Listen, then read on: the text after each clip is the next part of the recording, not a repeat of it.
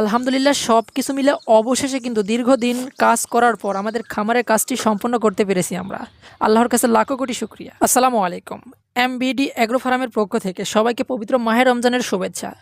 কাজটা শুরু করেছিলাম আমরা প্রায় ডিসেম্বর মাসের দিকে। তবে ডিসেম্বর, জানুয়ারি, ফেব্রুয়ারি প্রায় দেখা যাচ্ছে এখানে ২.৫ মাসের গ্যাপ। সবকিছু মিলেই কাজটা আরকি ধীরস্থিরভাবে আমরা করেছিলাম। আসলে প্রতিটি কাজের শুরুটা যতটা সহজ থাকে শেষটা ততটা কিন্তু সহজ হয় না সবার ক্ষেত্রে। অনেকে বলতে পারেন সামান্য কাজ নিয়ে এত কিছু বলার কি দরকার?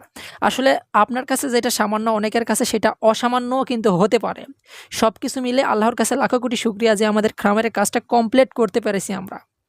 এখানে যে চারির নিচ দিয়ে চারি আর কি পানি খাওয়ার চারির সাইড দিয়ে যে খেরের চারিটা আছে চারির নিচ দিয়ে একটা করে বোতল দেওয়া আছে। তো অনেকে বলেছিল বোতলের কাজ কি? আসলে ওই বোতলের কাজ হচ্ছে ওখানে যখন পানি দিয়ে ভরাট করা হবে আর কি ধুয়ে দেওয়ার পর ওই বোতলের শিপি খুলে দিলে কিন্তু পানিটি কি সব কিছু পড়ে যাবে। বোতল দেখা যাচ্ছে শিপি সাইডে দেখুন।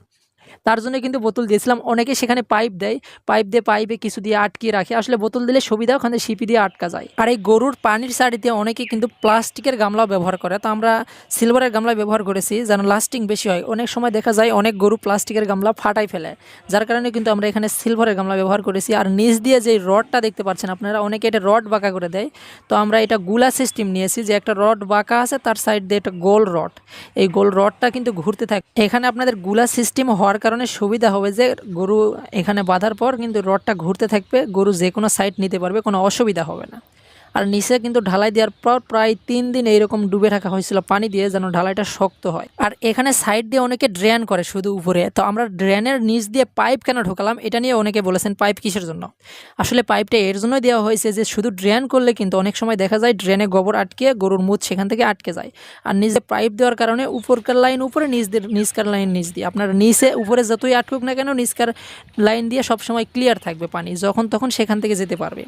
তবে অনেকে অনেক সিস্টেম করে আমরা আমাদের সাধ্যমতো সিস্টেম করেছি, যেটা করলে সুবিধা হয় আর কি সেইটাই করার চেষ্টা করেছি। যাই হোক আলহামদুলিল্লাহ এটা হচ্ছে তার ফাইনাল লুক, একদম কমপ্লিট। এখন শুধু যদিও পারেন উপরে রং চং করতে পারেন, এটা আপনাদের ব্যাপার, তবে রং করলে আরও ভালো হবে। যাই হোক আসলে সেটির ডিজাইন চাকচমক এটাও মেইন বিষয় নয়। মেইন বিষয় হচ্ছে এখানে যেটা রাখার জন্য আমরা করতেছি সেইটা যেন ভালোভাবে রাখা যায়, পরিচর্যা করা যায়।